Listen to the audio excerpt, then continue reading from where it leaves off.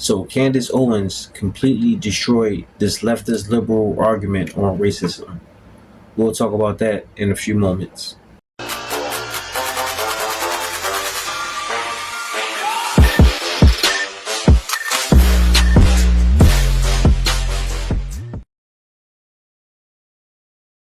Peace everybody, this your boy Let's Talk. We back with another video. Alright man, so in this video we got Candace Owens completely dismantling a white liberal. Now this video was pretty old. I found it on TikTok, but I believe that it's still relative to this day because of the fact that it is election year, and it seems like every time we have elections, the Democratic Party, they always spew out their narrative and their propaganda, making sure that they rally up all the black folks to vote Democrat. And they do that by spewing racist propaganda all throughout the media, letting you know how bad the country is and how it's full of prejudice and racism, when in today's time, that's totally unreal. Now, I must admit, racism still exists in 2024, but when you call it systemic, that's when we have a problem, because no black person that's living in America today should be saying that racism is systemic. We have plenty of examples and people to prove that that's not the case at all, but you have a lot of black people who listen to CNN, to NBC, to all these extreme leftist liberals and celebrities who constantly keep pushing on that agenda, making it as such that you have so many people in the African American community believing that racism is still a #1 issue in America today. And what Candace does in this video is that she proves that very factor, putting this leftist liberal on the spot. So let's check out this video, and I'll come back with my final thoughts at the end. One more here, because I wanted to get to know you before you came on. And I'm really interested in your perspective, because I think you're a fascinating person. Thank you. There was another tweet that said, the Democratic Party is comprised of racist white liberals. That is correct. Am I a racist white liberal? Well, let's go back. And let's say, I will say this, that many people in the party are not aware of racism. Let's go back to an early part of this conversation where you said to me, are you concerned about the color in the White House? Why would you ask me that question? Because you speak about black issues. No, but why would you ask me that? Well, let's get to really the nucleus of this. Why did you ask me that question Okay, today? Candace. Because why did you think I needed to be concerned about that?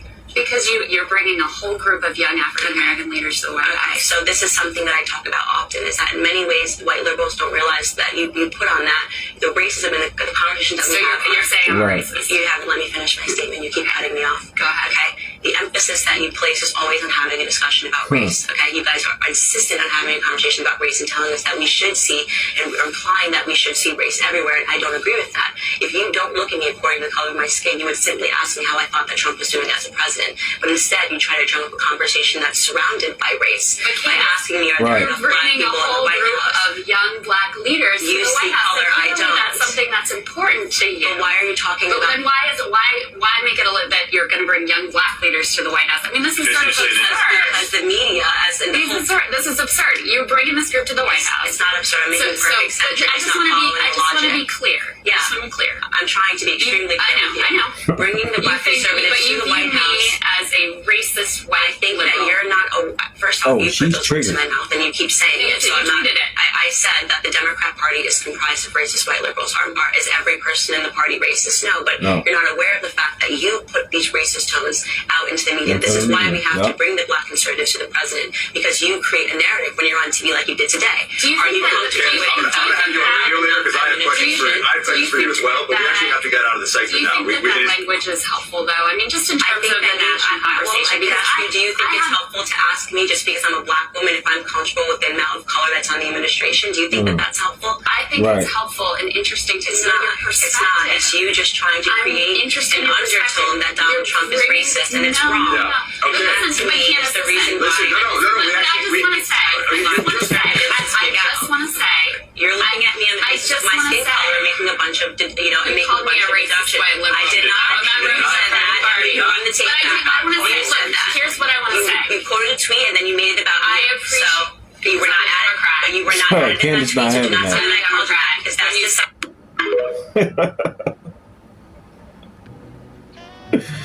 Yeah, Candace wasn't having that. Not at all.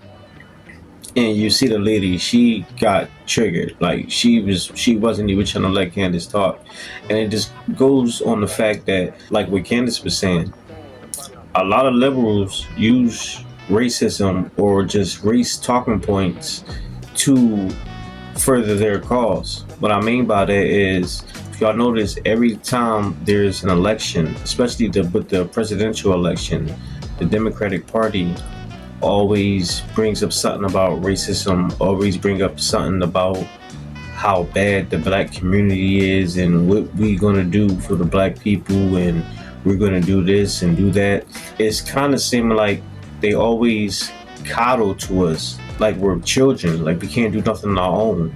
And that's what really being conservative is, just focusing on the nuclear family, working for what you believe in. Pretty much that old saying, the American dream: work and you can achieve what you want in life, but you got to put in the work.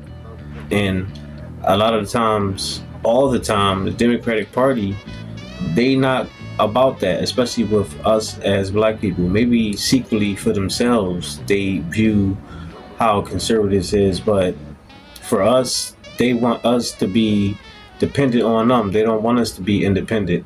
And that's what Candace Owens was saying, and that's what she was saying about Trump, because they try to use Trump as a racist, and clearly he's not. Way before he ran for presidency, he was all in music videos, all in hip hop. He funded the heavyweight division in boxing for so many years. Him and Don King putting on a whole bunch of fight for Mike Tyson and all that in the early stages of his career.